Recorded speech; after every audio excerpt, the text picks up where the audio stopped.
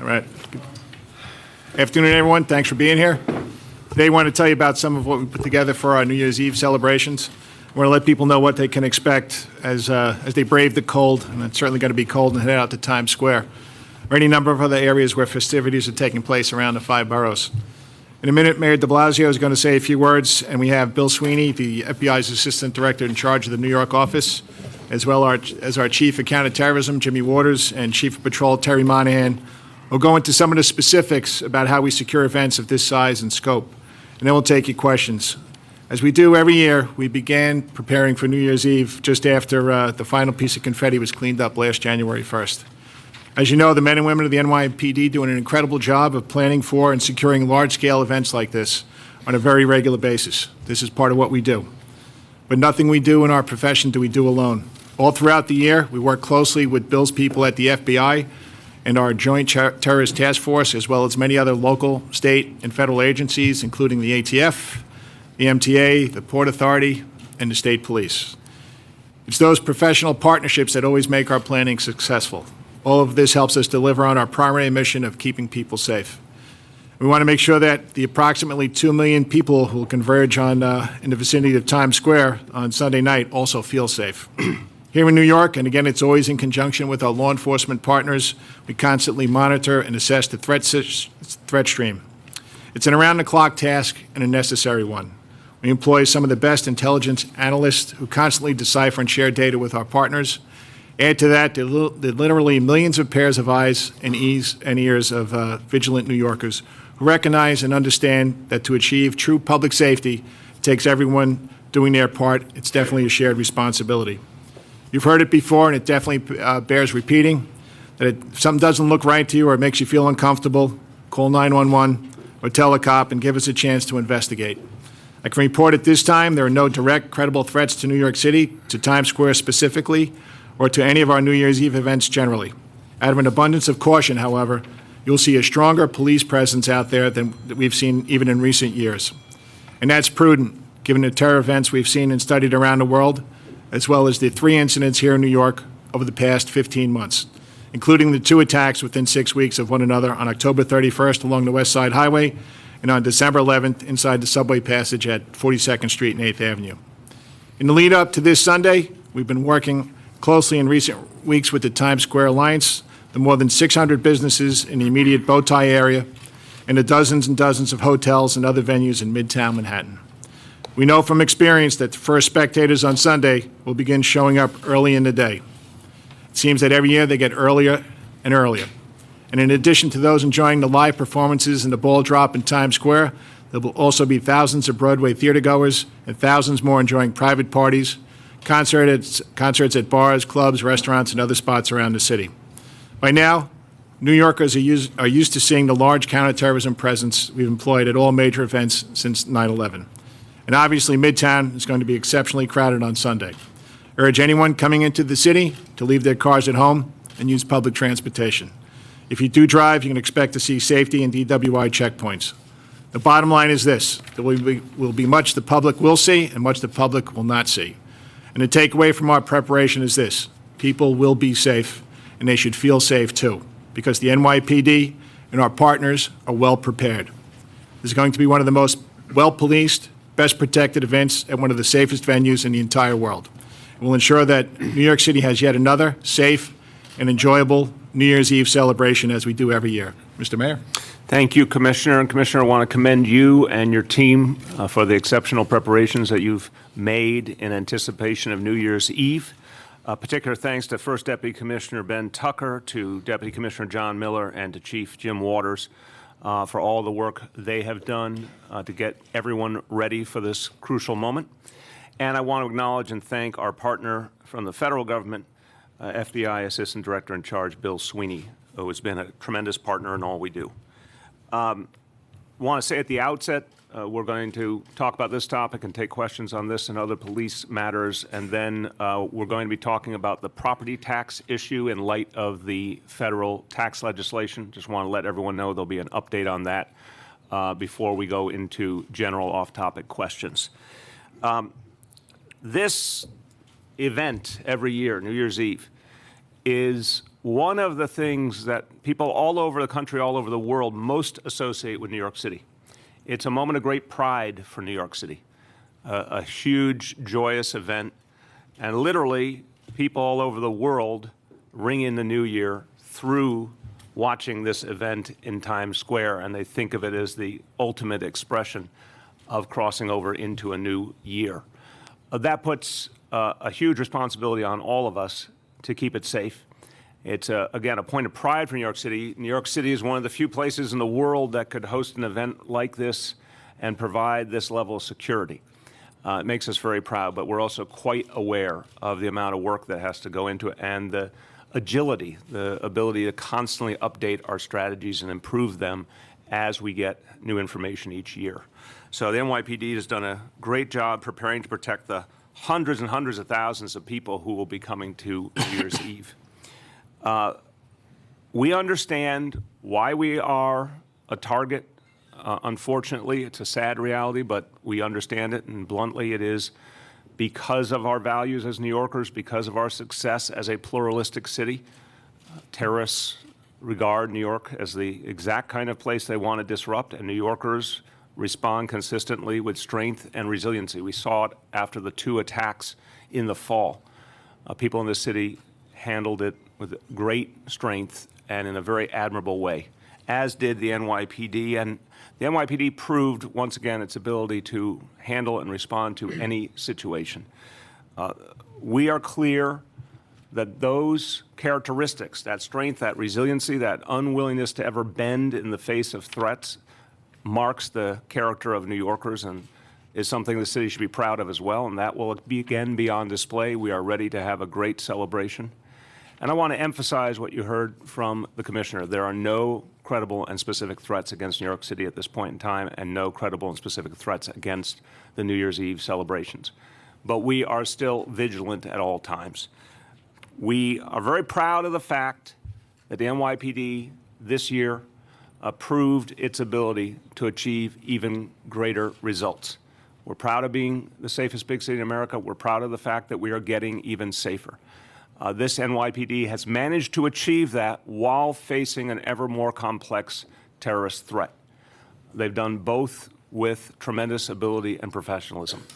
We know there's more work to be done, but we take heart from the fact that just in the last few months, we had a very successful New York City Marathon. We had a very successful Macy's Thanksgiving Parade. These big events came off without a hitch because of exceptional planning and because of the use of exceptional resources to secure them, and that's the exact model we'll use again on New Year's Eve. We have put the patrol officers out in numbers we need for this situation. We've made very clear in the last few years that we will continue to use the number necessary to secure each situation. And again, the vital cooperation with our federal partners has been crucial to ensuring that we're ready in all ways. That being said, and the Commissioner said it so powerfully after the last incident, the NYPD is the best police force in the world. We have tremendous cooperation with our partners, but we must have the help of the people of this city to do everything we need to do. So that phrase, if you see something, say something, that means something. You have to feel that phrase. Any one New Yorker could save countless lives by being vigilant and reporting information to the police. So please, I want to urge everyone, help each other be safe. If you see something, make sure a police officer knows about it. With that, before a few words in Spanish, I want to just wish everyone, all the members of the media, and all New Yorkers a very happy and safe New Year. We're all looking forward to great things ahead in 2018. And it's going to be a cold New Year's, but we'll have a warmer New Year ahead. In Spanish, la noche de Año Nuevo es una tradición muy grande de nuestra ciudad. La policía ha hecho un trabajo extraordinario para garantizar la seguridad durante la celebración en Times Square. Pero los neoyorquinos también tienen que hacer su parte. Por eso, si ves algo, di algo. Les deseo un muy feliz Año Nuevo. With that, my pleasure to turn to Chief Terry Monahan. Thank you, Mr. Mayor. Planning for this event began January 1st. and it's been constantly adjusted and updated as events occurred here in the city, in this country, and around the world. It's been a tremendous effort on the part of Chief Billy Morris and Chief Jimmy Waters from Counterterrorism and all their personnel assigned to Manhattan South and the Counterterrorism Bureau to put together this plan to make sure that everyone that comes to Times Square that day can come and be ensured that they will be safe. So as we move forward, 11 a.m., crosstown traffic will be shut from 37th Street to 59th Street, 6th to 8th Avenue. At that time, we'll begin to seal off the entire bow tie area with concrete, block of cars, and sand trucks. Within that area, there are 125 parking garages. Each and every one of those parking garages will be closed and sealed. Cars will not be allowed to come in or to come out. There will be a truck restriction in place on 6th and 8th Avenue starting at 11 a.m. from 34th Street to 59th Street. No trucks will be allowed within that area. Once we're into the zone, there are 12 access points for spectators to come in. Each one of those access points will have vaporweight dogs assigned there, and there'll be heavy weapon teams. Spectators will be walking through a checkpoint area where they will be checked. Bags will be checked and screened. There'll be no large bags, no coolers, no umbrellas into the area. You'll go through a magnetometer, so we'll make sure there are no weapons. Once you go there and you proceed to the pens, you will again be screened a second time before you're allowed to enter the pens. There will be heavy weapon teams and dogs assigned throughout the entire viewing area. In addition, we will have our emergency service units working hand in hand with the FBI and Secret Service, and we will have observation teams with counter-sniper capabilities assigned throughout the entire viewing area. In addition, every hotel within the Times Square area will have uniformed officers assigned to those hotels working hand in hand with the hotel securities. Our transit hubs. Transit will be fully staffed that day. We will be conducting train inspections and bag screenings at locations throughout the city, not just in the Times Square area. Transit will also have dogs working throughout the transit system. Our aviation unit will have a ship up the entire night, and it'll be covering the entire Manhattan area. There'll be at least one ship up at all times. In addition to the Times Square area, we have major details going on in Coney Island, and we have the Central Park Run. We will have heavy weapon teams out in those locations, and we will also have sand trucks and blocker vehicles. There are numerous other events taking place throughout the city, and we will also have coverage at them. Every precinct, housing, and transit facility throughout the city will be fully covered, and the commanding officers of each and every one of those units will be working that evening. Our highway units will be fully staffed, working the highways to deter any drunk driving. So the message out there is be responsible. Don't get behind the wheel of a car after you've been drinking. This is a shared responsibility, whether it's in the Times Square area or anywhere else around the city. As been said before, if you see something, say something. There are going to be cops out throughout the city, Times Square, and everywhere else in the city.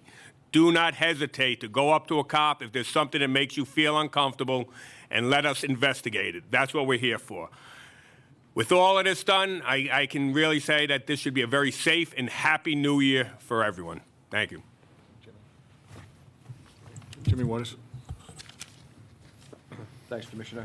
As the mayor and the police commissioner have already said, there's no specific or credible threats to the New Year's Eve event. We are aware of the propaganda that has been disseminated by ISIS and its affiliates.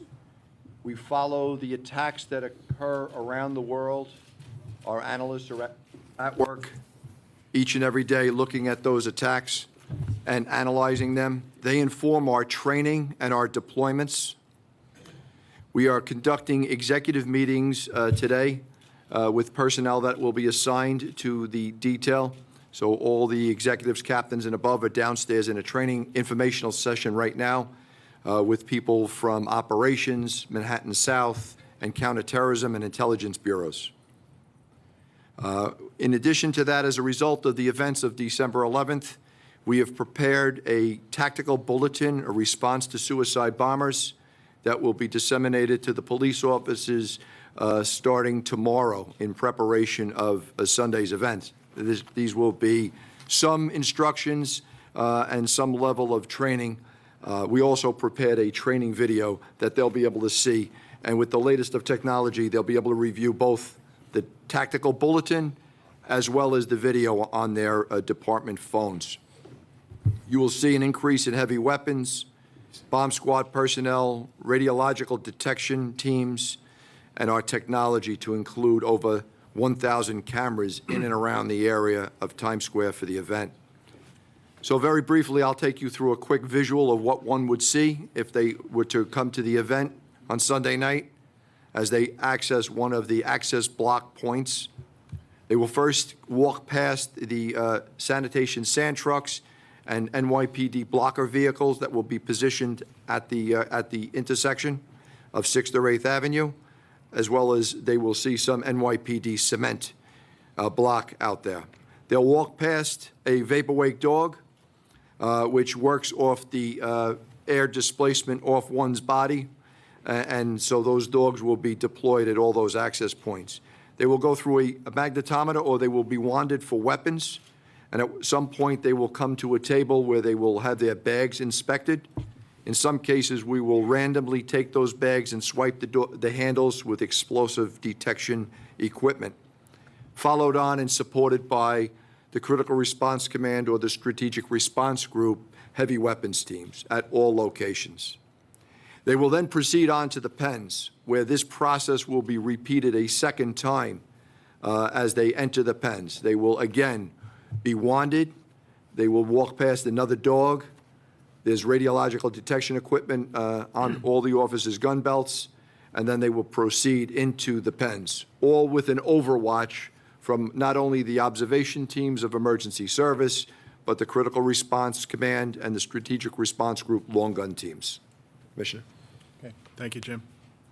I'm going to take some on-topic questions. Yep. Stop a suicide bomber from going into the area where someone is going into the pens and just blowing him or herself up right there. This is why we have the checkpoints, the multiple layered checkpoints in place with the vapor-wake dogs.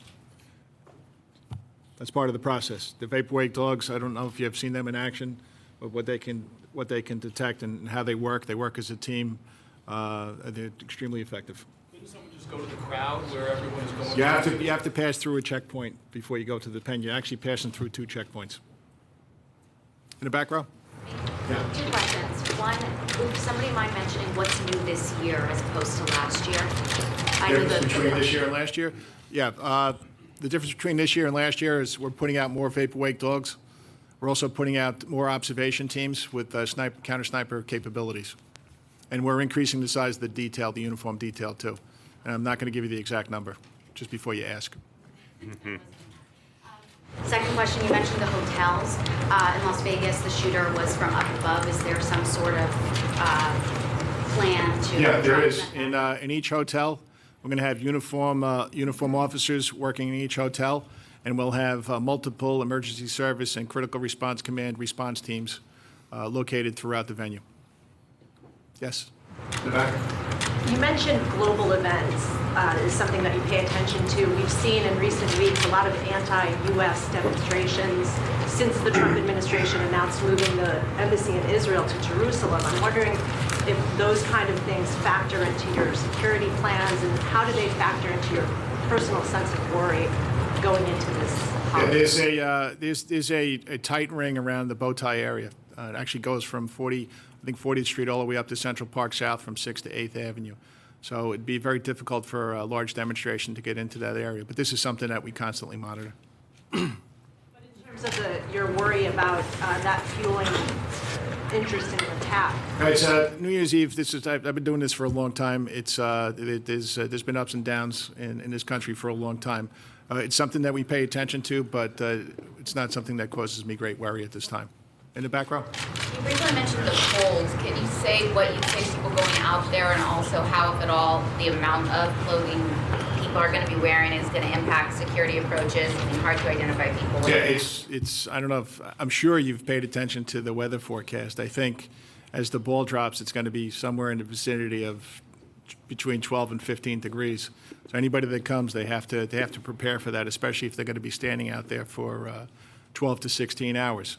And this is the sensitivity of the vapor-wake dogs are of great importance on a night like this. People are going to be wearing heavy clothing, but at each checkpoint we have heavy weapons teams too. So and we're preparing for anything that happens that might possibly happen. Go on. Chief spoke of ISIS propaganda. Is that the usual just terror tactics, or are there any additional propaganda that has been issued that would specify? Well, as reported in the media in the last couple of days, there's been a number of videos that have been put out, showing different parts of New York City, Cardinal Dolan, et cetera. But this is their regular run-of-the-mill propaganda. But they've been talking about Christmas and New Year's now for quite some time. We're now past Christmas and approaching New Year. Yep, Graham. Sorry, Commissioner, are you guys, other than uniform cops in the hotels, are you looking at the guests at all? Are you doing background of the guests? Yeah, I don't want to go. Yeah, and I don't want to go into specifics of how we're vetting out people going to hotels, but it's an important part of planning for the event. Josh? It's actually a question for the mayor. Mr. Mayor, given the weather forecast, in addition to the NYPD and FBI issues, have you had to change or increase your deployments in terms of fire, EMS personnel? Because it seems like it's going to be so cold that no matter how many people, how heavy people dress, there may be additional cold-related illnesses that arise with people locked in there for so long. Look, the broad point I'd make is we understand this time of year we can get this kind of weather. So everything we do as a city is with the understanding we may have to respond quickly to a severe weather situation. Obviously, we have special protocols. If we think there's going to be people out on the street in larger numbers who may be in danger, we have special protocols around addressing homeless people on the streets, et cetera. That's something we have in place consistently, whether it's New Year's Eve or any other cold time of the year. In terms of anything particular to the Times Square area, I'd bounce it back to PD in their coordination with FDNY if there's any special ambulance allotment beyond what we normally have. Obviously, we normally have quite a lot of capacity there. Yeah, we're working in conjunction with Dan Nigro's people at the fire department and EMS to make sure we have the appropriate number of personnel there and the ability to get around through the emergency lanes. They'll be part of the meeting. We have an interagency meeting right before the event. So, and they're also down at our operations center. We have FDNY and EMS stationed at our operations center. Yep. Regarding the threat of a Las Vegas-style sniper from land in the building, are you also putting some kind of markers or reflective signs on? Yeah, I'm not going to talk about exactly what we're doing to counter that threat. In the back row. Commissioner, my own friends and family have sometimes asked, well, what is suspicious activity? If I see something or somebody, or is there anything I should be specifically looking for? So what might you say to people that are visiting New York, not used to New York, that may want to be on the lookout? What are these behaviors? Just in general, as you come into the event in the subway or you're walking down the street, maybe not look at your phone, maybe not take your headphones off, and just pay attention to what's going on around you. And if you see something that or someone that might look nervous or suspicious, just make sure you call 911 or grab a cop. There's going to be thousands of cops in that area there, and give us a chance to investigate it. It's an important component here is the millions of extra eyes and ears we're going to have. And if you see something that makes you uncomfortable, let us know, and we'll investigate it. Yep. Chief Waters, can you go a little more into the anti-suicide bombing bulletin and video that you're going to be showing the officers who are assigned to Times Square? So we're just going to give them some guidelines. We owe it to the cops to give them some kind of guidelines in what they can do or what they should do, including getting hard cover, getting innocent bystanders out of the way if they suspect somebody in a pre-blast situation, and then addressing that individual and trying to safely make him stop, make him go to the ground so that we can take him into custody with the assistance of the bomb squad. In a post-blast situation, we would wait for the arrival of the bomb squad and emergency service to make an approach, if that's practical, always rendering aid to victims if there are any, God forbid, at the scene first, and then allowing the bomb squad to render safe and make safe that individual. Incapacitate a person who may be dead, detonate a suicide. Well, as a last resort, deadly physical force.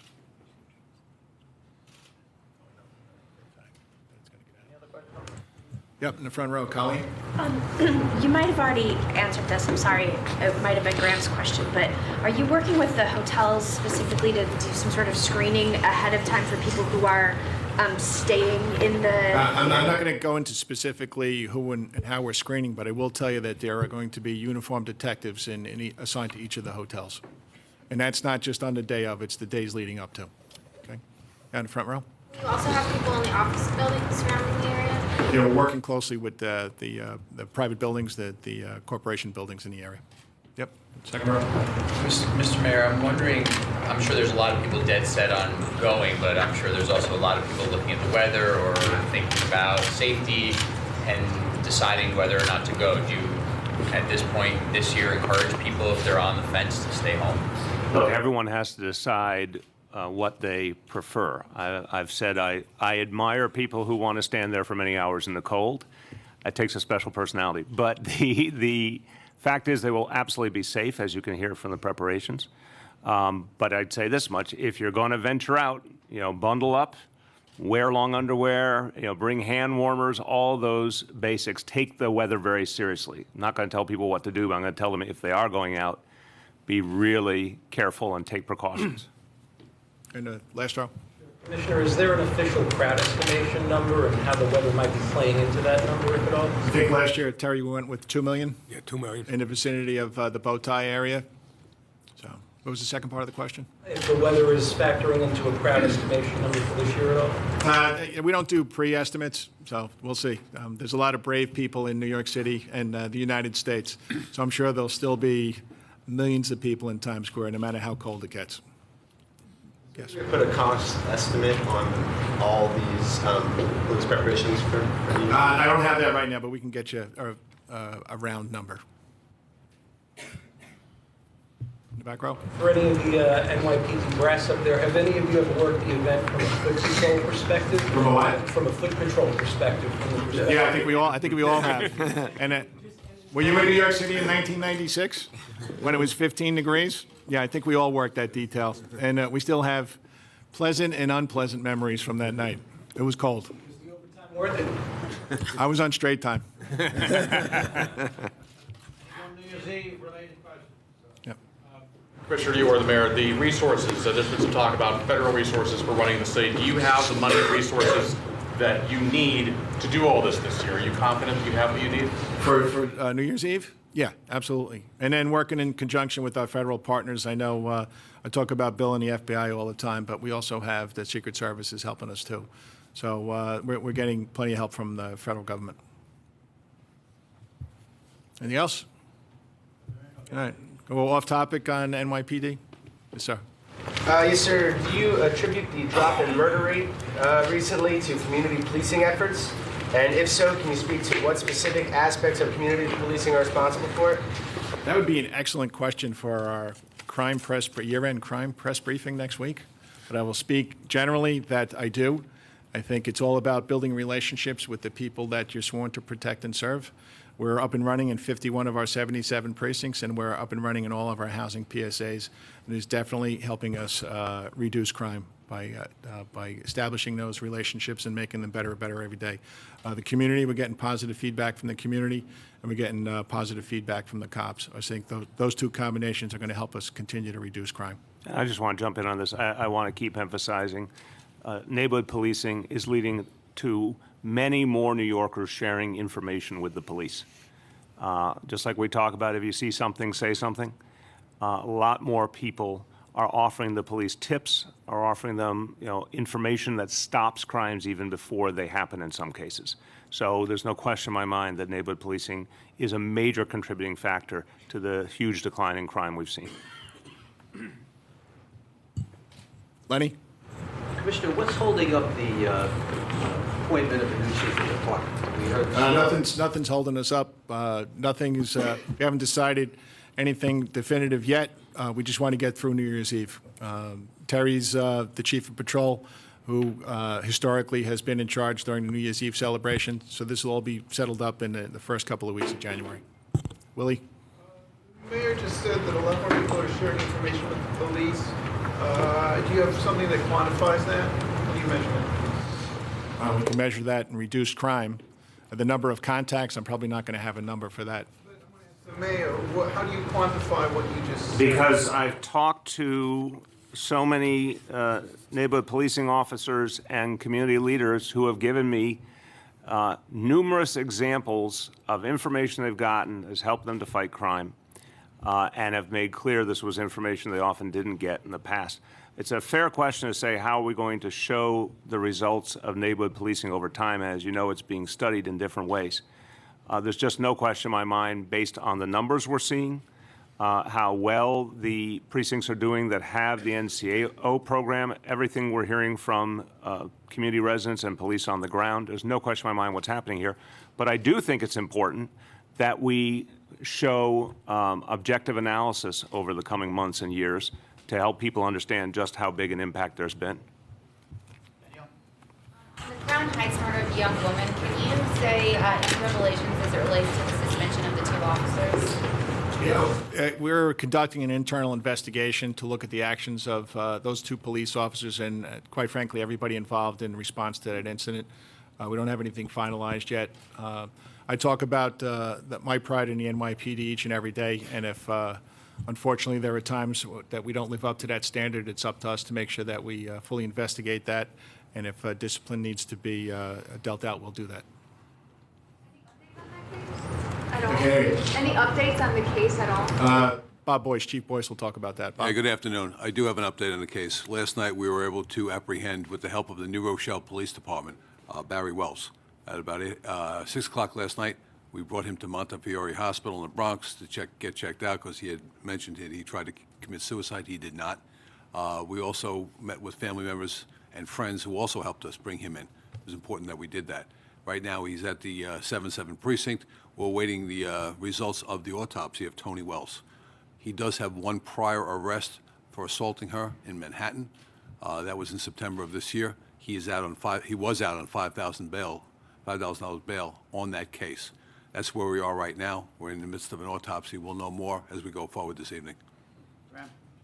Chief Boyce, can you say a little bit more about the two DIRs related to this company? Sure. We have the one DIR, of course, from the assault in Manhattan, and another one prior to that, also in Manhattan.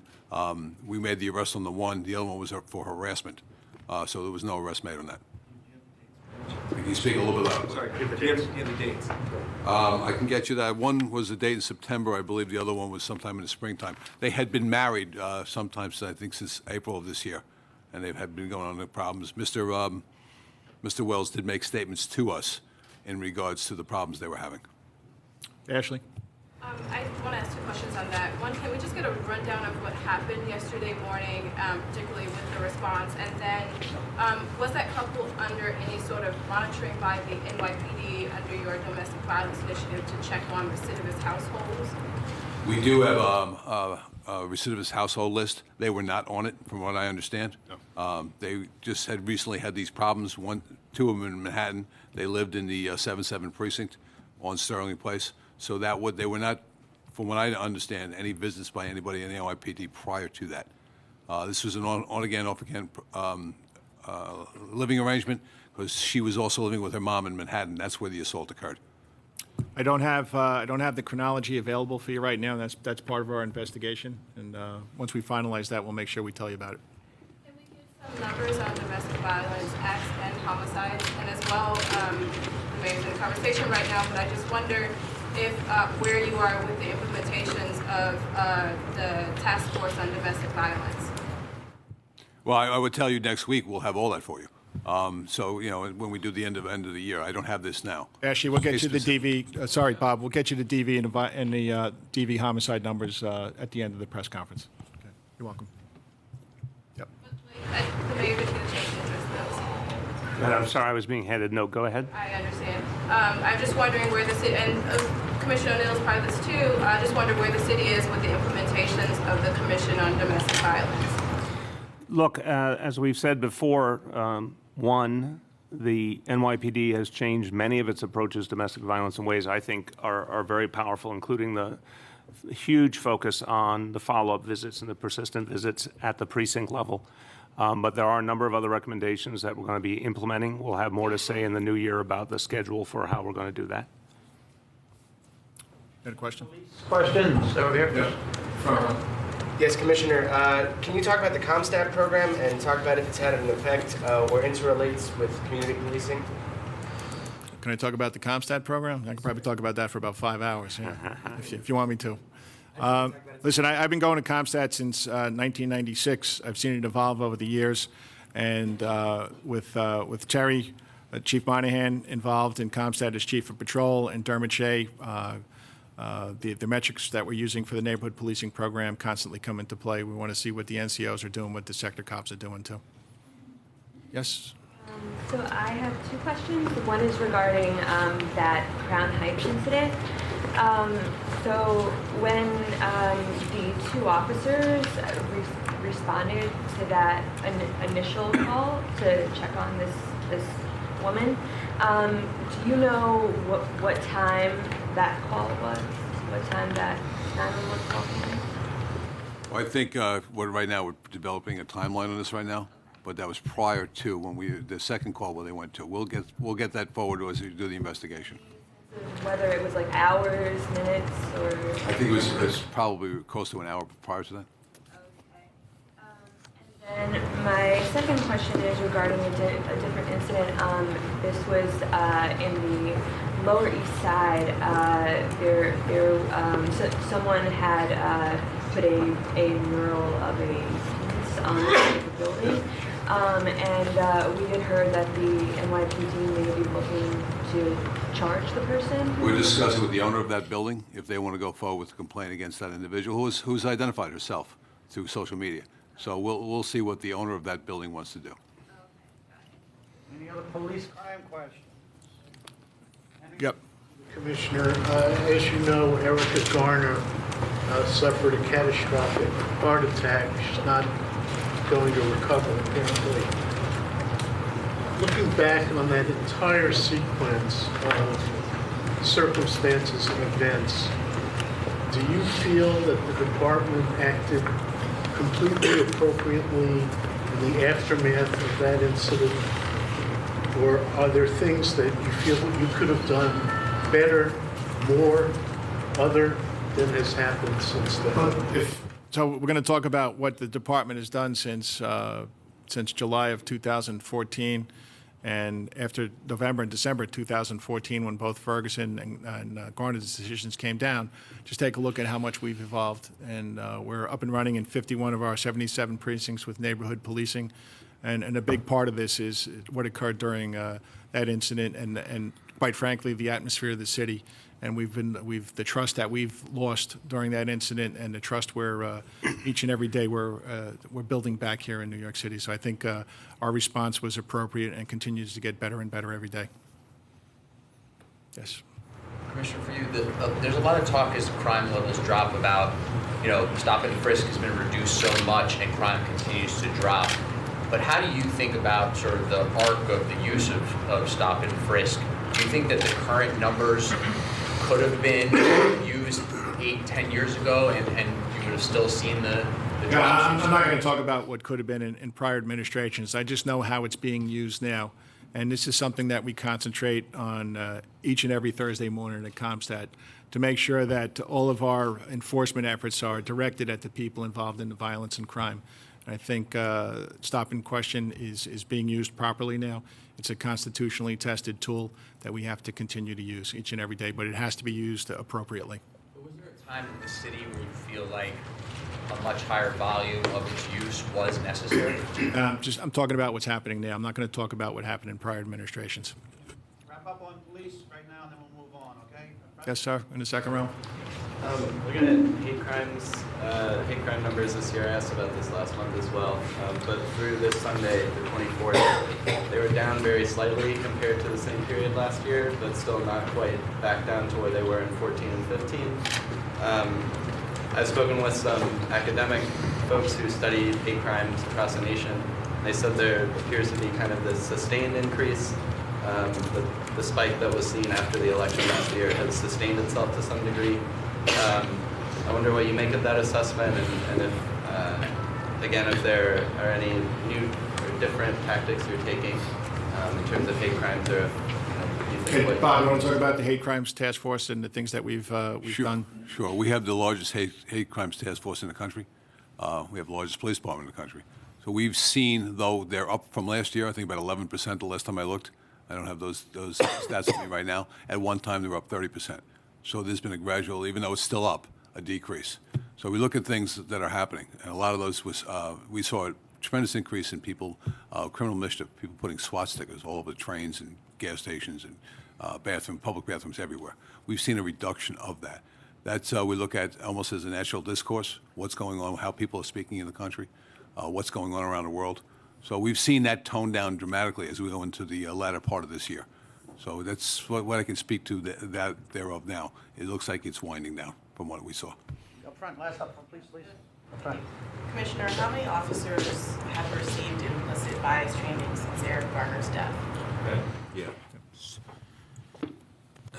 So we are in the process of beginning the implicit bias training. We've been piloting a number of classes and courses and writing curriculum and also doing some research with respect to what the best training might look like. Most recently, 2 months ago, we finalized a contract with an organization who will do the training. So that training will begin for sergeants, supervisors, recruits, as well as the executive staff, not necessarily in that order.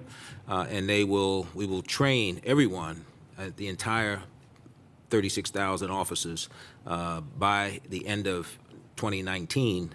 And that training will begin with, as I said, recruits, executive staff, senior executive staff, sergeants, lieutenants, and so on. Sorry, when does that begin? That begins probably late January, early February. Okay, let me get a few seconds just to transition, if you don't. Mr. Sweeney.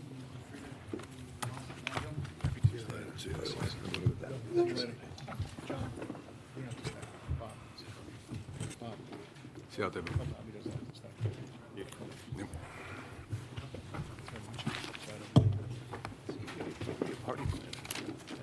That's good.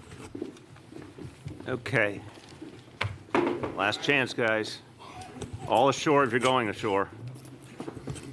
A little nautical phrase there.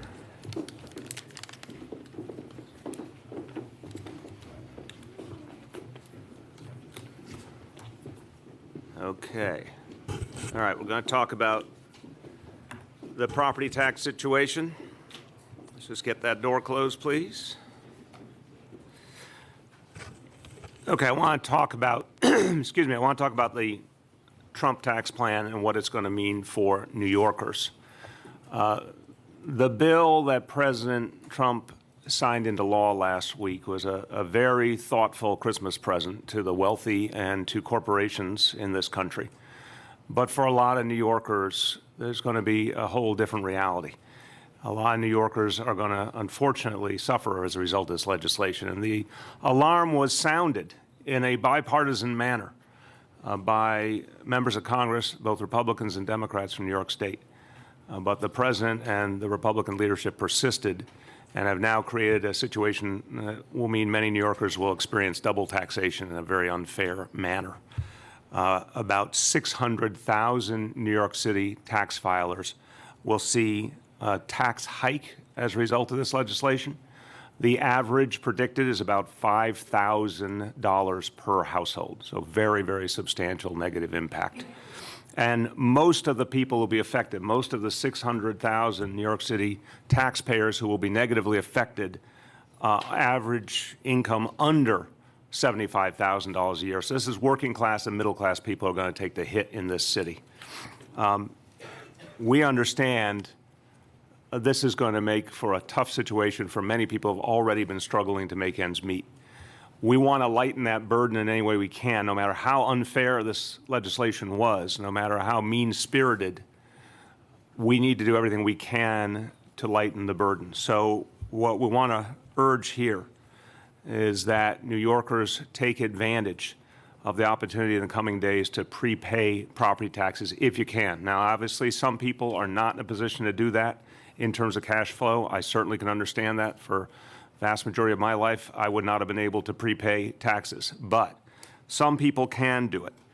And what we are allowing, working with the state, is the prepayment of property taxes for the first 2 quarters of 2018.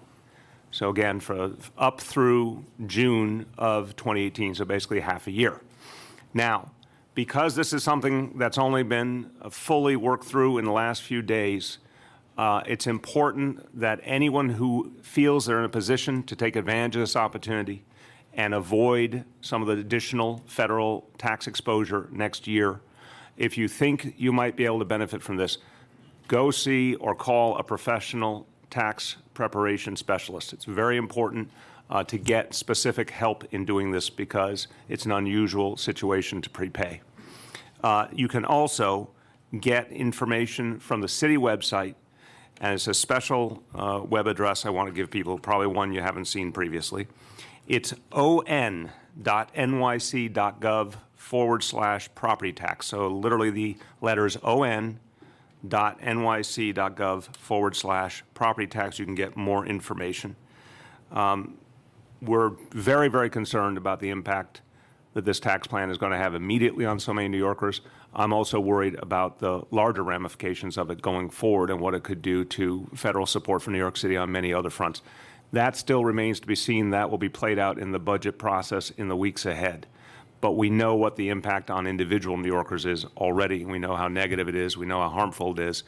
We hope at least some New Yorkers can take advantage of this opportunity to prepay. Let me just say a quick summary of that in Spanish. El plan de los republicanos perjudicará a los neoyorquinos al limitar las deducciones fiscales estatales y locales. Queremos facilitar las cosas al permitir pagar en este momento los primeros 2 trimestres de los impuestos a la propiedad del año próximo.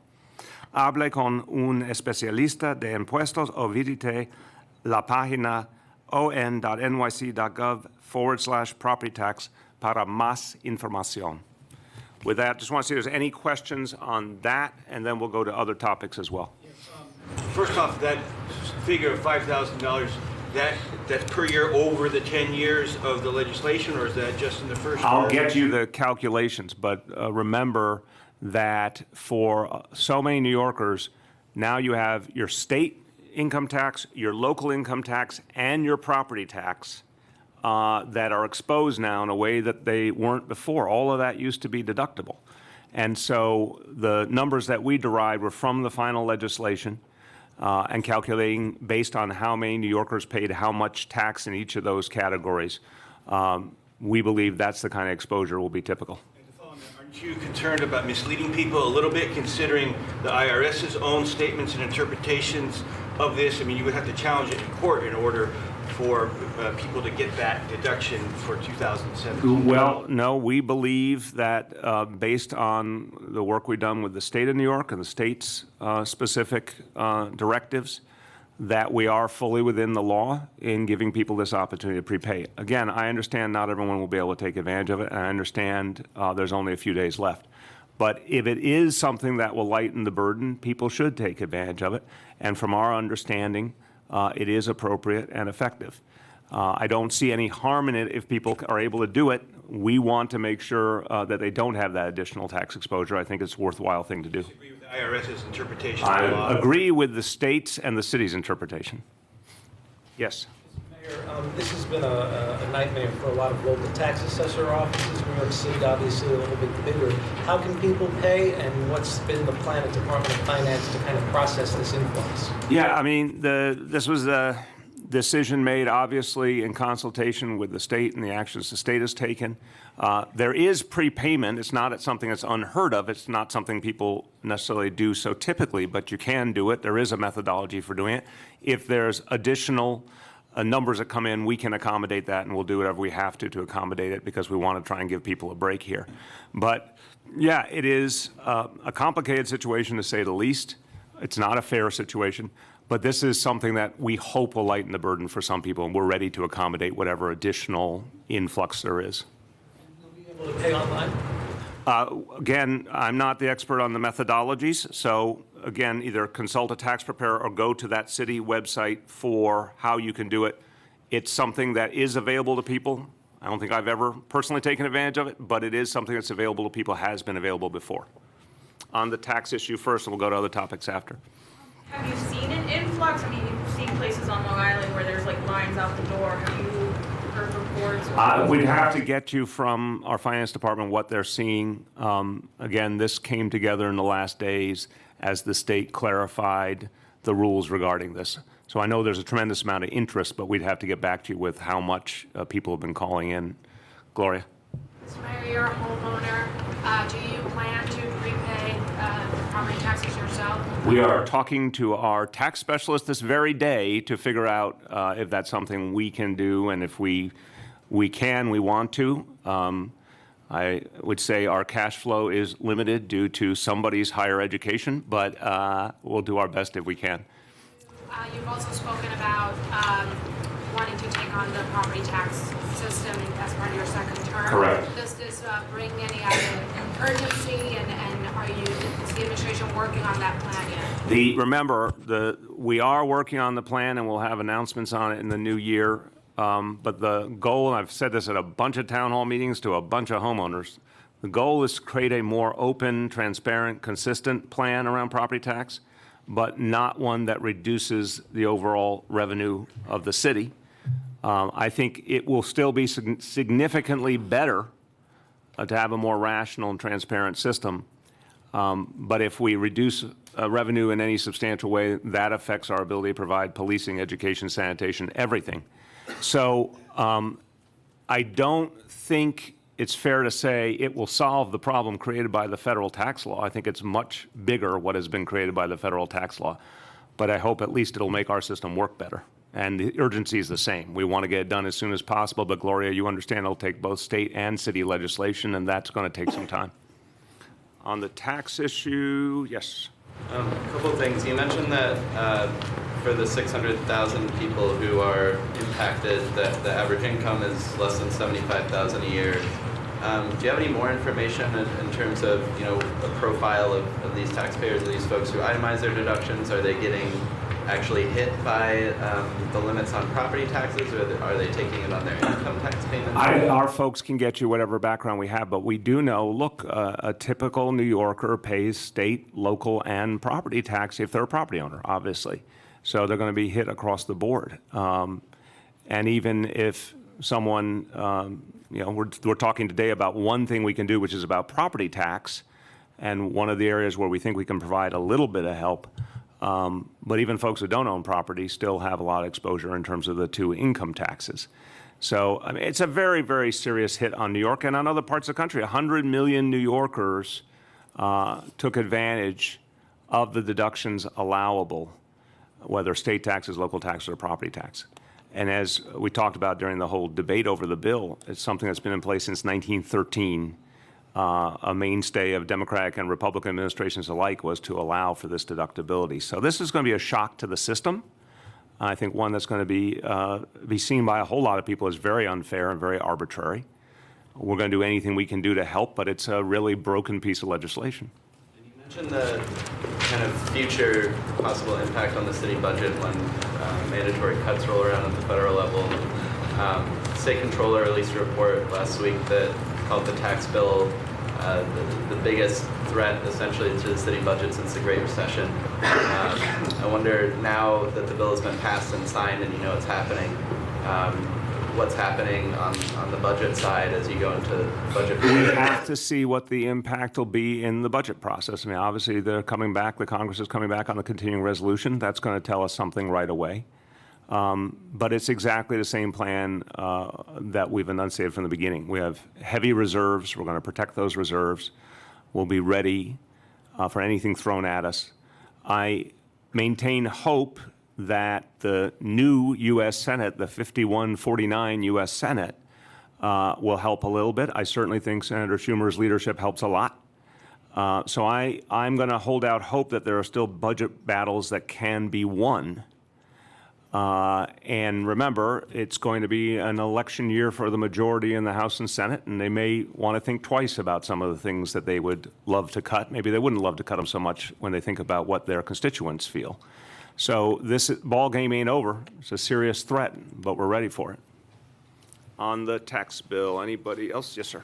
Mr. Mayor, a lot of folks are saying, or at least there's some rhetoric floating around, that this tax plan is to target blue states. Also, the idea that it's targeting taxes with targeting states with taxes that are already very high. Your thoughts on that, the blue state targeting and the... Well, I'd say a couple things. I believe there was some conscious targeting. I believe it was political and arbitrary, and I believe there were certainly some who loved the idea of attacking government in all its forms. Right? So if you talk about states that have stronger governments and provide more policing, more education, more services to their people, there are ideological Republicans who certainly want to see those governments undercut and limited in every way possible. But I think there's more to this than that. I think this was, first and foremost, an effort to give a massive tax giveaway to the wealthy and corporations. They had to find money to do it. I mean, in the end, you could see the mad dash to find money. And this was one of the places that at least the Republican leadership thought was the most palatable of imperfect options. Very cynical, to take an action that hurts working class and middle class people and then take the vast majority of that benefit and give it to the wealthy and corporations. About 81% of the benefit goes to the top 1%. The surprise they will find, and you see it in the public polling pretty consistently, is that people have seen through it, understand it's a giveaway to the wealthy and corporations, and it's not just blue states in the end. It's 100 million taxpayers, and that's a huge percentage of this country in lots of places that aren't blue states, and they're going to be very upset too. Last call on the tax issue, and then we'll go to other issues. Yes? Mr. Mayor, I just want to talk about the inauguration. Okay, let's just try the last call a little bit tighter there. Last call on the tax issue. Taxes once, twice. Go ahead, Ma. Taxes, right, go ahead. SALT has gotten most of the attention. There are other parts of the bill that will also impact the city's budget. Advanced refunding, the elimination of the historic preservation tax credit, some cuts to commuter benefits.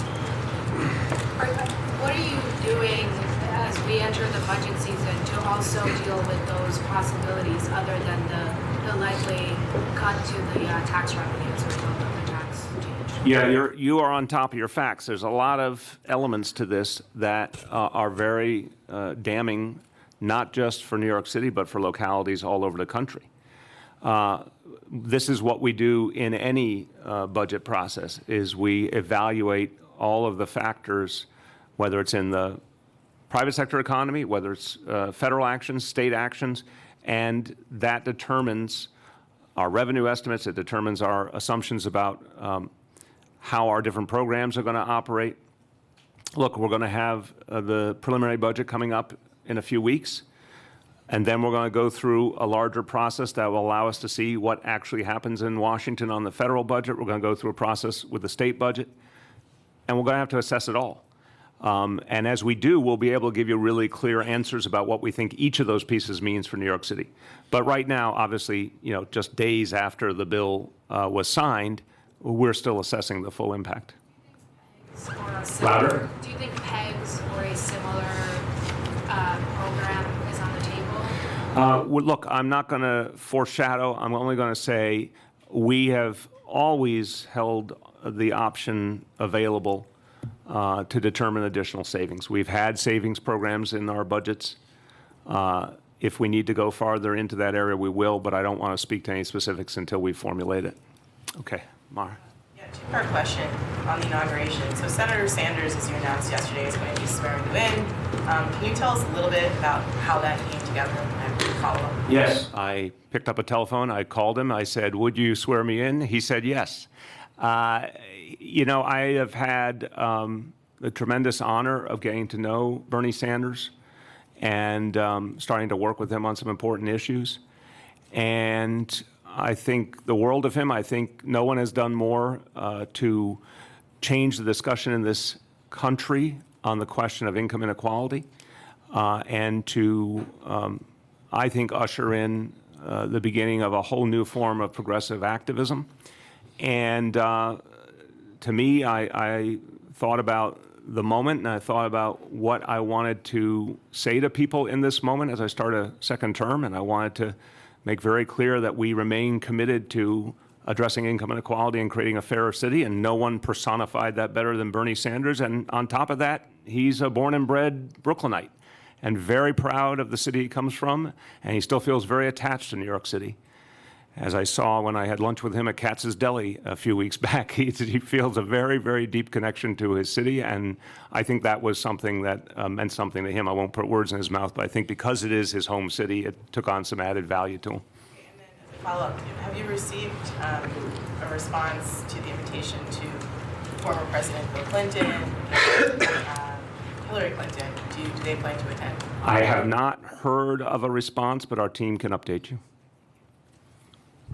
Any other questions? Yes.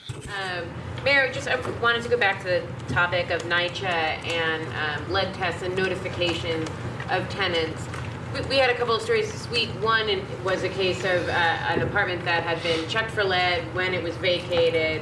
NYCHA says it was abated. Tenant moves in, isn't told because NYCHA says the lead is fully abated and removed.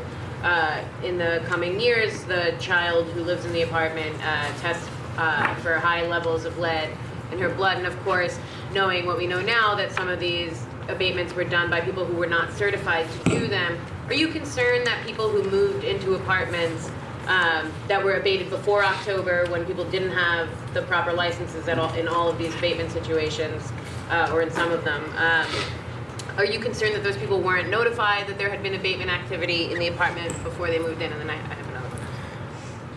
First, I'm concerned about children, and I'm concerned about people's health and well-being across the board.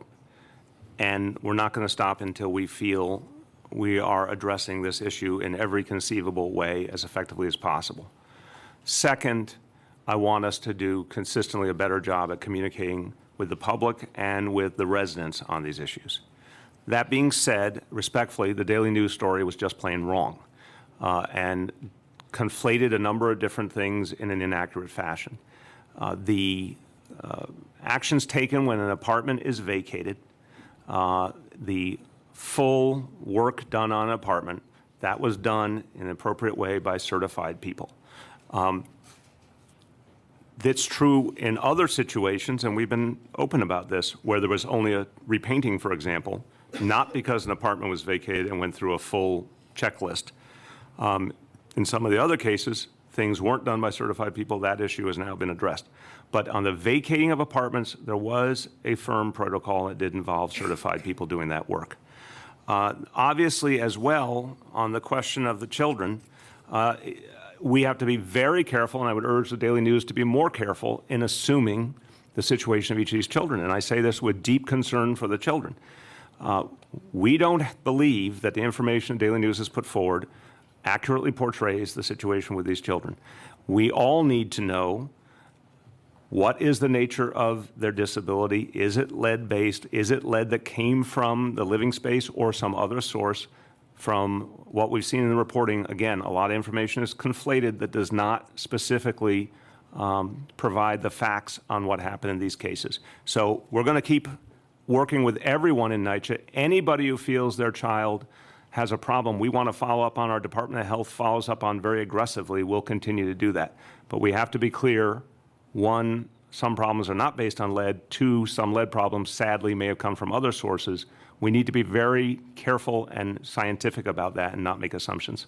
In this case, the child, the child had more than 10 parts per, Again, I'm not here, I'm not going to go into, I'm not going back and forth with you respectfully, because I don't think the Daily News looked at this carefully enough.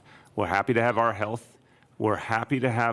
officials talk to you about what the situation is with these children, what the source may have been, what the impact has been on the kids.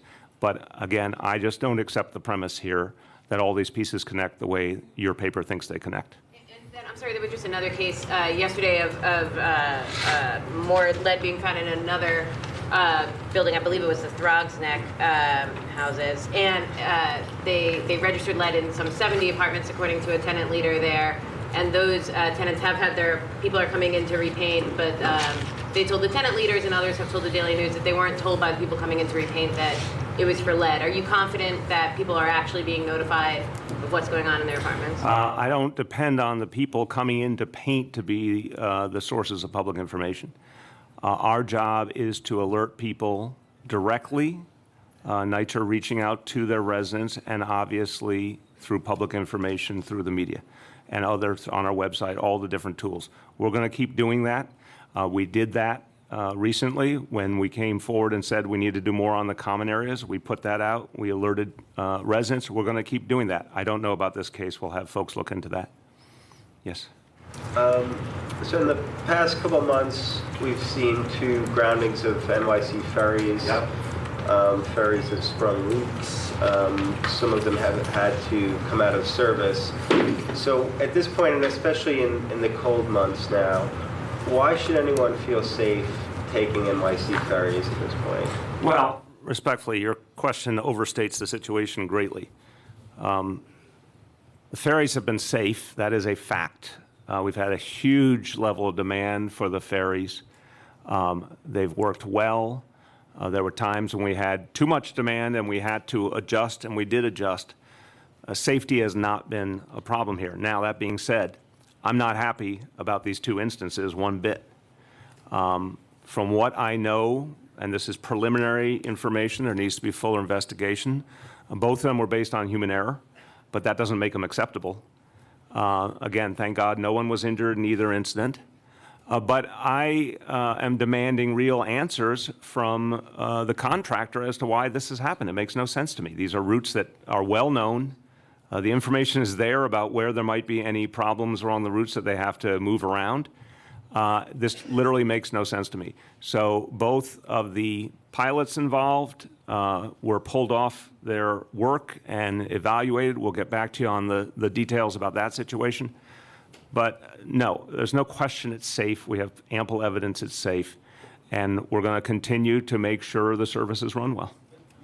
It's safe for people to be stranded on a sandbar in freezing temperatures for 6 hours. Look, again, it's not an acceptable situation in the sense that it was totally avoidable. This much we can say for sure. Shouldn't have happened. Not satisfying or acceptable to me at all. And we're going to take action. People are safe because people all came out of it safe. That's the answer. Follow up to that question. Do you think that, does this reflect at all that you might have rushed to get the service done, whether it's the design of the boats, the staffing of No, just, let me again, respectfully, I just said very clearly from what we understand, and we'll continue to look at, both instances were human error. Human error is a part of human life, but that doesn't make it acceptable to me. The boats have been fine. There were a few issues with a few boats. They were addressed and resolved. The routes, every day we've been running the routes without this kind of problem. I have no idea why in these 2 instances specifically these mistakes were made, and we want to get to the bottom of it, and we want to make sure that appropriate disciplinary action is taken. But you got to look at the totality of something that's now been going on for quite a while and has had a huge number of riders. This has happened twice, and we're going to take steps to make sure it doesn't happen again. Go ahead. This is another question about community policing from before. Are the efforts of the NYPD to target specific known criminal offenders and gangs working? And have illegal firearms been reduced in the city? I think that's a yes and a yes. Go ahead, Commissioner. Do you want a detailed response or just the 2 yeses? I'd like a detailed response, Commissioner. Just look at the levels of crime and violence in New York City. And I'm not going to talk into prognosticate about how we're going to end up the year, but just look at the reduction in shootings over the last 2 years. That's not an accident that happened. Right? There's a lot of hard work going in here, targeting Bob Boyce's people, targeting the people, the very small percentage of the people involved in violence and crime here. And that's an integral part of the neighborhood policing program. Getting people to help us identify who's involved in the violence. We do it pretty well, but I think if working in conjunction in the community, we do it even better.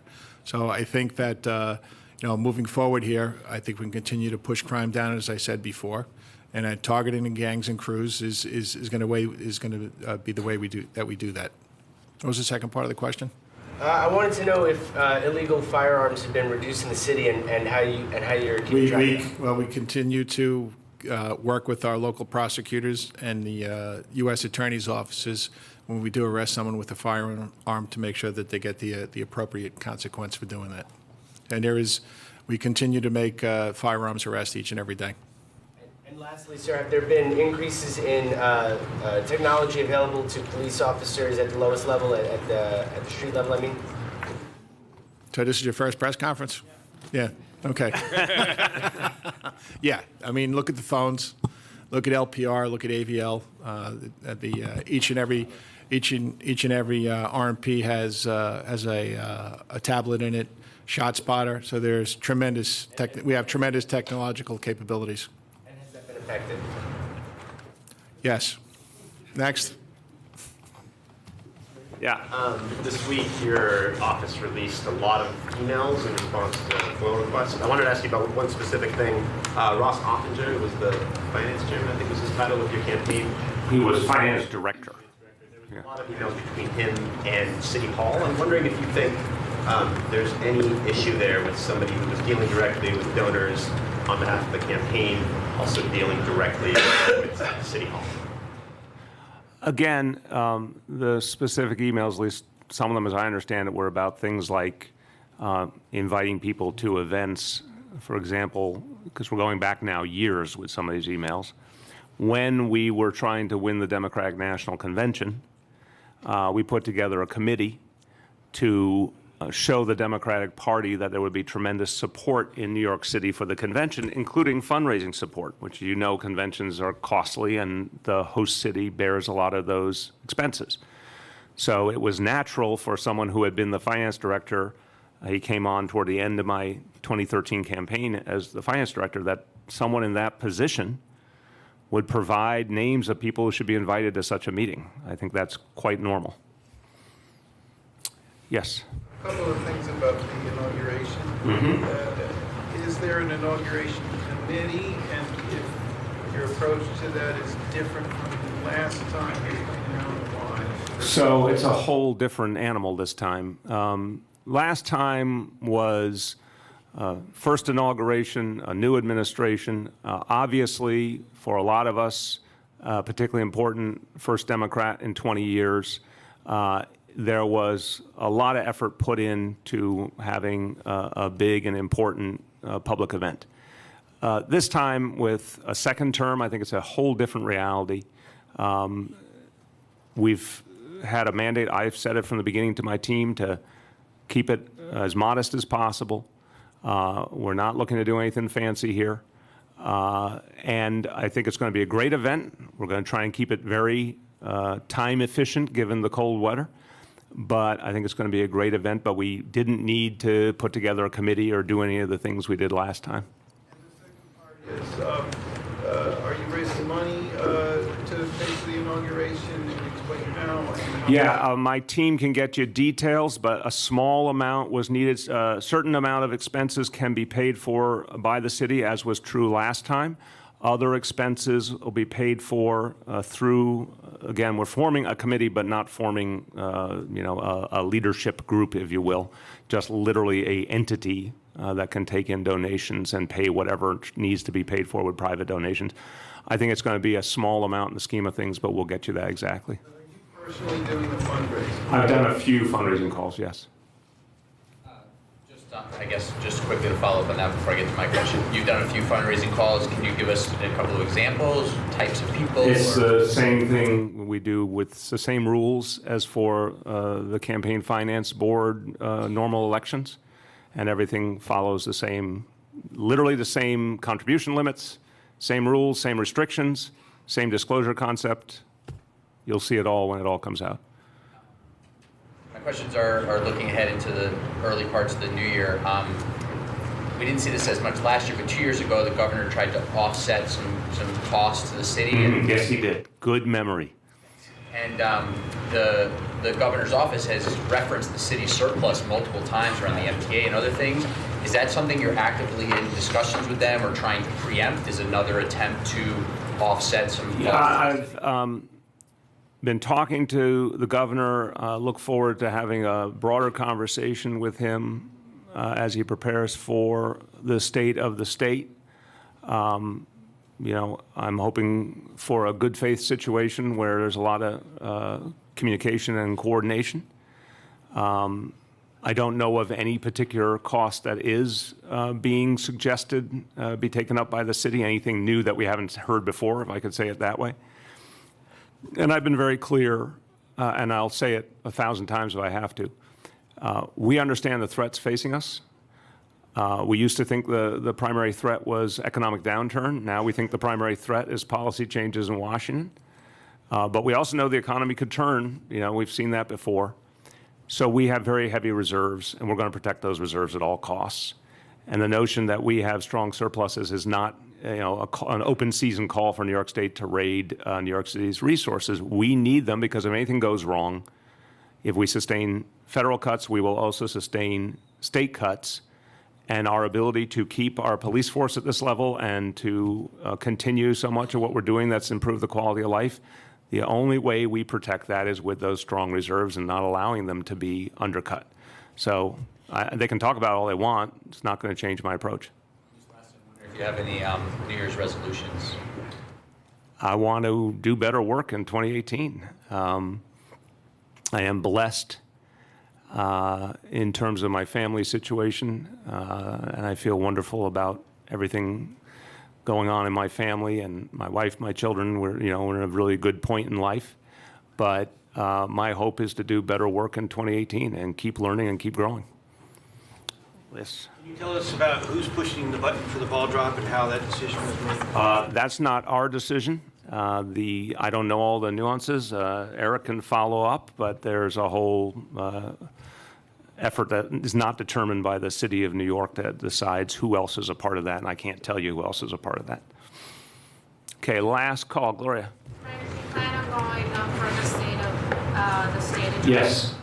And so can you just give us a bit of a broader idea of what you're looking forward to in terms of what will be included for the governor's plans that affect the city directly? We're all expecting congestion pricing to be a big part of Look, I don't know what's going to be in the state of the state, and again, I'm looking forward to talking to the governor about it. If there is some kind of plan put forward to fund the MTA, you know, I welcome any plan being put on the table. I obviously believe fundamentally the millionaire's tax is the best way to go, but I welcome any other plan being put on the table because it will further the whole discussion and hopefully lead to resolution. You know, my hope always is to see improvements in the state support for education. I think there's a decent chance that will happen this year. To see additional help in terms of affordable housing and supportive housing. It's the same things we've been talking about. That fundamental agenda doesn't change. Say again? Does that also include congestion pricing? You said you're supportive of many plans. No, don't worry. I'm not going to pop that out on you. No, I believe in the millionaire's tax. But I have said many, many times, if there is a congestion pricing plan, put it on the table. It would be good for all of us to see an alternative. The millionaire's tax plan that I support, introduced by Senator Gianaris and Assemblymember O'Donnell, is a living, breathing, actual, tangible thing. And some people can say they like it, and other people can say they don't like it, but it exists, you can see it. If people want to promote congestion pricing, put a plan on the table. And so if that happens, it strongly suggests that we'll get into a point, hopefully leading up to the state budget, where there'll be some resolution on these matters. Last call. Erica Garner was brought up earlier. I'm wondering if you have spoken with her family at all, or what words you might offer to them. Yeah, it's a very, very sad situation. I saw her grandmother very briefly at the National Action Network event on Christmas Eve, but actually on Christmas Day, but it's a horrible tragedy, and the family's been through so much, and this is very, very painful. She just gave birth to a child months ago. It's a horrible, horrible tragedy, and I feel for the family. Yeah. Mayor, I'm going to try to squeeze two quick ones in here. What's the status of the Monuments Commission? Should we expect news on that before the end of the year? That's off the place. You should expect news on it very shortly. I'm not sure it's going to be before the end of the year, but it's going to be days. And this is the end of your first term Yes. as mayor. Obviously, looking ahead with the inauguration. Obviously, there's lots of hard work to being mayor, but I'm curious, what was the most fun thing you got to do in your first term as mayor? There are a lot of fun things. Wow. I don't know if I have a most fun thing. Look, it's been a wonderful experience. It's been a fascinating experience. I always say there's a lot of beautiful things that happen in this city. And people who tell me their stories, and I don't have a perfect vignette for you, but, just meeting the people of this city in every borough and every neighborhood and hearing about their lives means a lot to me. I've met some extraordinary people along the way. I mentioned, having this growing relationship with Bernie Sanders. That's an amazing thing. That's been a fascinating and positive thing, but so many other people as well. So, I think for Charlene and I, it's been a very moving experience. I always say it's not fun in the conventional sense, but it's rewarding, it's fascinating, it's moving in many ways. Okay, last call.